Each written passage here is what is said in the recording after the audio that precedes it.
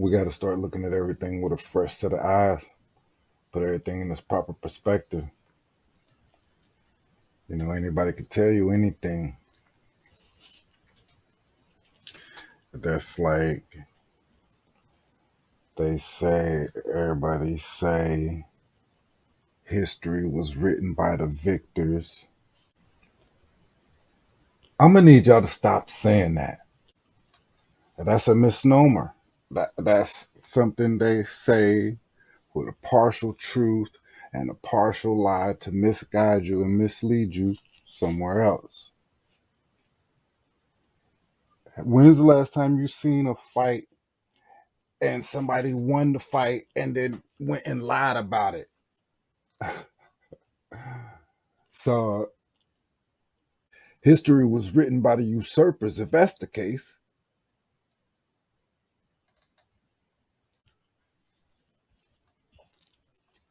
look at things, everything deserves a second look, all the fairy tales, myths, legends, all of this, comic book characters, titans, giants, all of that deserves a second look because we could have missed something. So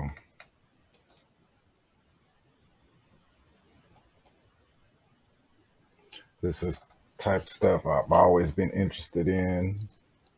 I've always read up on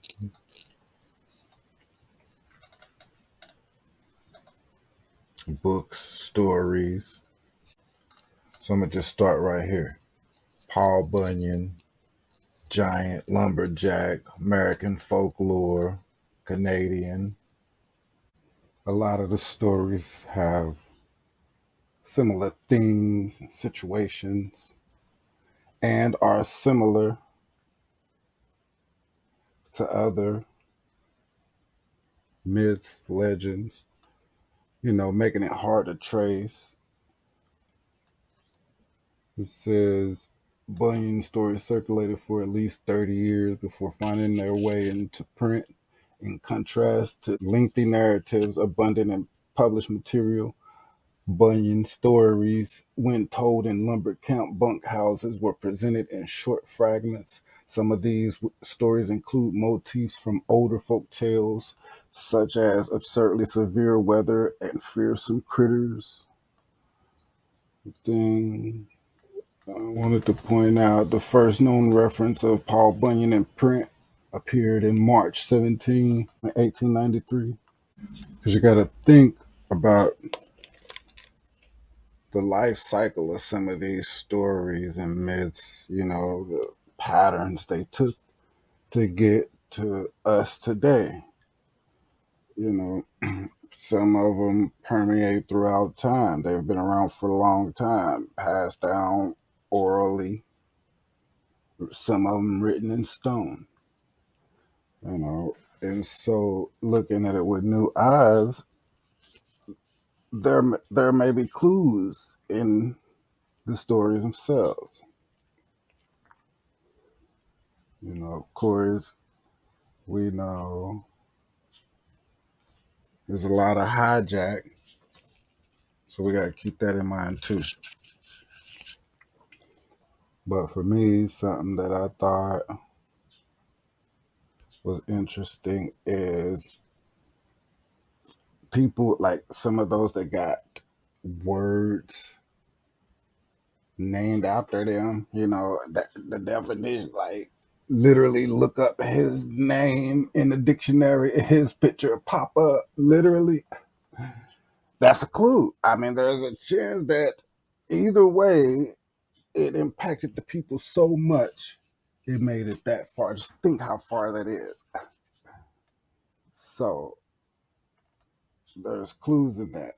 And like the one about they all for me seem to say something about the year of blue snow.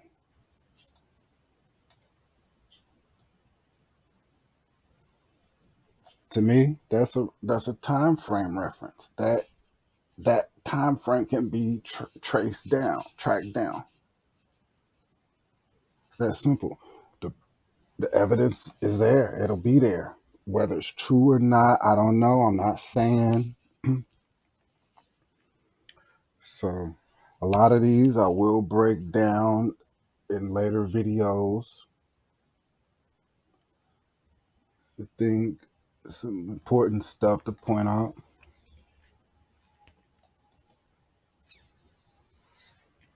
But I've always paid attention to stuff like that. The one about John Henry, you know, likewise with the other one. Some people say it was a giant, some people say it wasn't. Some people can trace it back to a real person, some people say you can't. Everybody tell the story like it's somebody that they knew or somebody they seen personally, you know. And so, and then they say, well, that's the nature of the story. It's supposed to be that way, of course, for whatever reason, the story is supposed to be morale, this guy, chain gang, old Negro spirituals. So there's clues in that, in the words themselves. And so this is just a brief overview. I'm not going to do no in depth with any of these.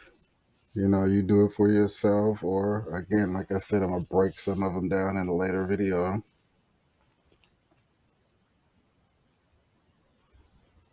But again, for me, this one speaks for itself. I ain't even going to read any of it. For me, I think this person definitely lived and definitely had some remarkable ability. Now, again, whether he's a tall tale or not, I'm not. I haven't said. So I guess we'll see. But they don't often make statues of people, just fake people. I guess sometimes they do. They make fake statues, fake people. Again, a lot of these don't make it very long. Some of them do. So that gives us a time frame also on some of these stories.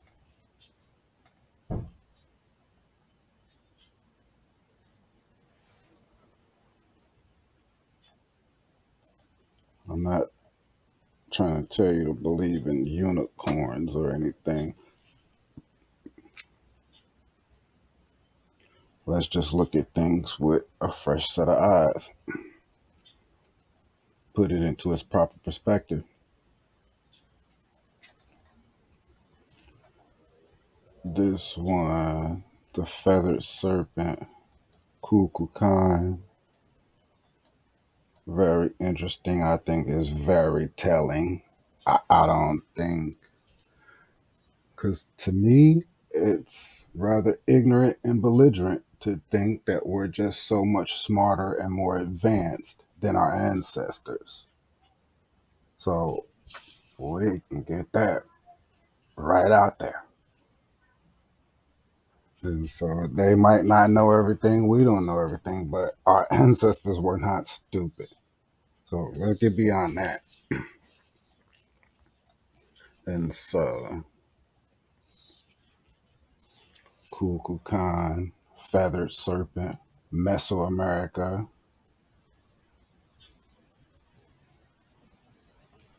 for thousands or hundreds of years. People, for lack of a better phrase, worshipped. A lot of people say Kukulkan and Quetzalcoatl is the same deity. Some people say they just merged. Of course, some people say, I don't know. I'm no expert in any of these fields. So I'm looking things up and finding out what I want to know. Some of these things I think are interesting, so I share with you.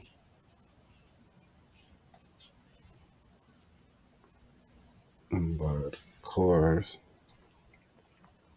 I could be wrong. I don't mind being wrong.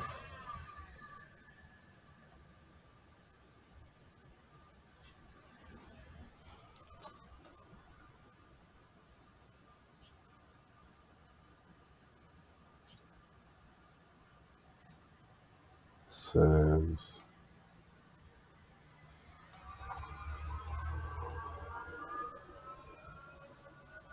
modern folklore says stories are still told about Kukulkan among the modern Yucatan Maya.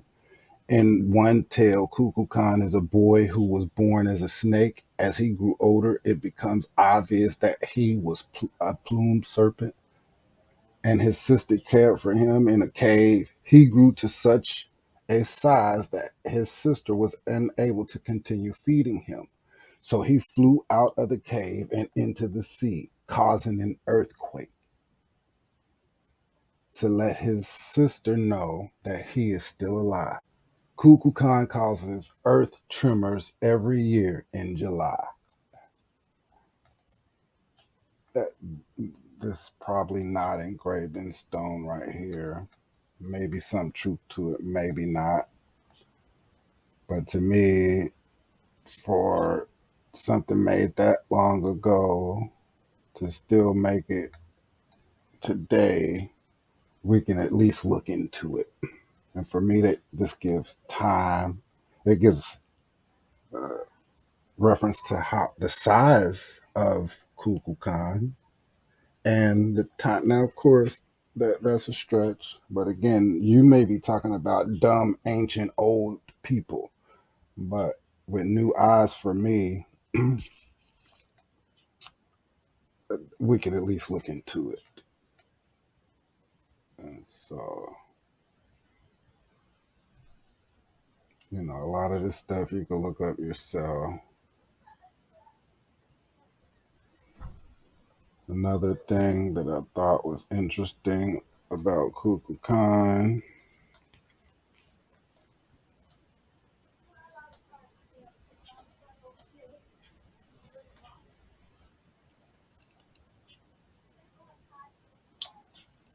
says, although the cult was originally centered on the ancient city of Chichen Itza in the modern Mexican state of Yucatan, it spread as far as the Guatemalan Heights and northern Belize. So I got this up here to show you, point out what I find interesting about that is, of course, thinking that this is a dragon Kukulkan himself found right there on the continent of America,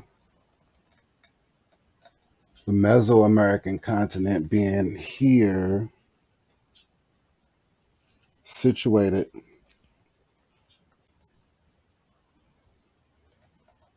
just right across the bay from the dragon itself.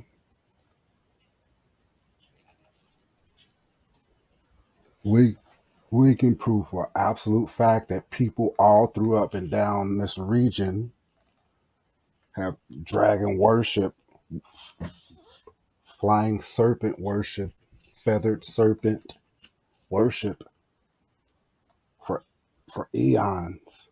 Now science has proven that. Now we know why. I mean, Belize, Guatemala, Yucatan, all of this whole area, they sitting right across, basically right across the street from the dragon. Is that a stretch? Yeah, probably just a stretch across the bay. Because either that or you think they crazy, stupid. But for me, this tells us exactly why they did that. Why they worship the dragon. All throughout the realm, there's dragon worship, feathered serpent worship everywhere. So we're not unique in that aspect, of course. And of course, they could all just be crazy. I don't know. I'm not no expert enough to say that or not. But I do know this to me looks like a dragon, and all up and down through here, there's dragon worship, flying serpent worship.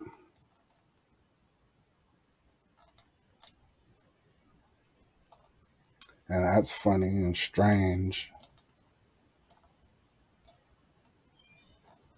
especially when considering the fact that all up and down through here is bull worship, cow worship, right up in here, fish worship, believe it or not.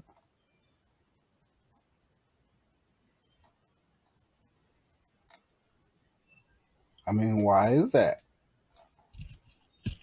How much of a coincidence is that? And so, all of the myths, a lot of them, again, we could debunk, or we could look at them with a fresh set of eyes. For me, Black Panther. This one hits close to home for me, uh, for any number of reasons. I'm going to definitely do a breakdown of this one. It's the will and most high. A lot of things I think is important, noteworthy, I should say. So look for that in a later video. I'm not going to go over that, but we can see a lot of the parallels in this in real life.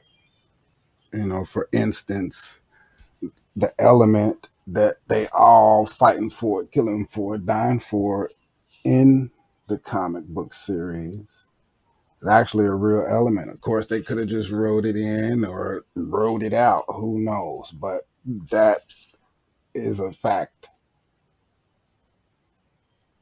So that's strange and could be looked at with a new set of eyes.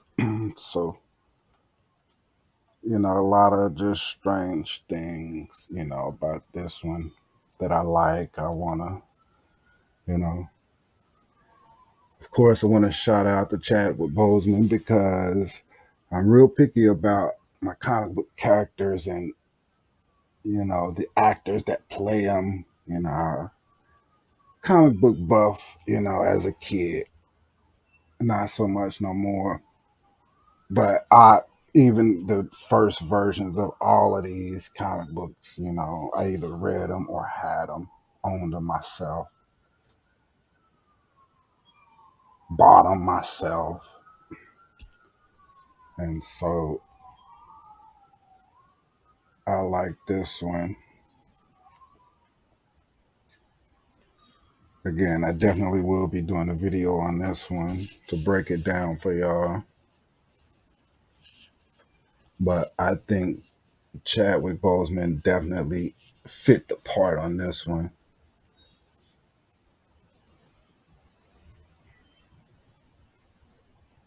Give him a moment of silence. RIP.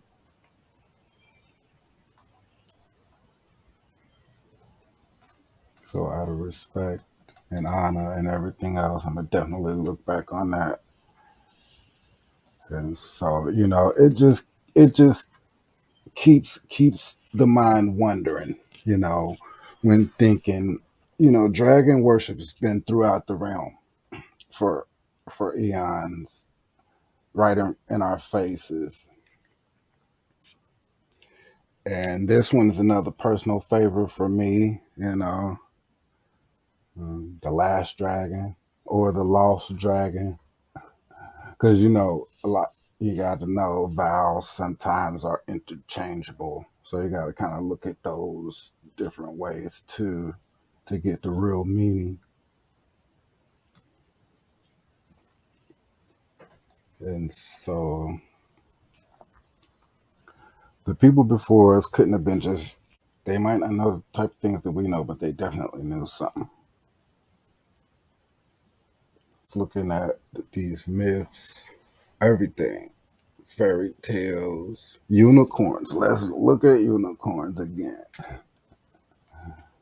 You might be scared what you actually find. This is another one I'm definitely going to break down. It's the will of the Most High. A lot of things I want to point out about this one.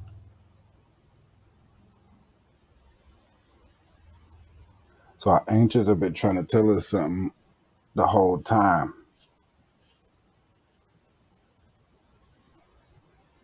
So we got to open our eyes and pay attention. Let me know what you think.